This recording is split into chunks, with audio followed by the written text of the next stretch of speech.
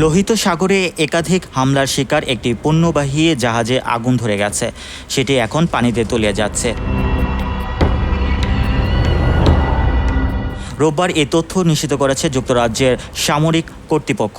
জাহাজটিতে বন্দুক, রকেট চালিত গ্রেনেড এবং সম্ভবত ড্রোন বোট দিয়ে হামলা চালানো হয়েছে বলে ধারণা করা হচ্ছে। এখন পর্যন্ত কেউ হামলার দায় স্বীকার করেনি। তবে হামলার ধরন ও মাত্রা দেখে ইয়েমেনের হুতি বিদ্রোহীদের উপর সন্দেহ করা হচ্ছে। মার্কিন বার্তা সংস্থা এপি এ খবর জানিয়েছে।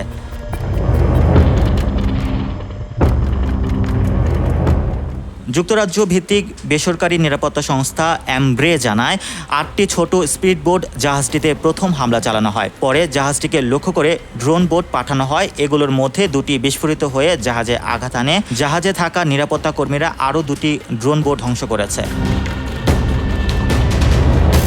Mohammad Rasel, news 21 international desk.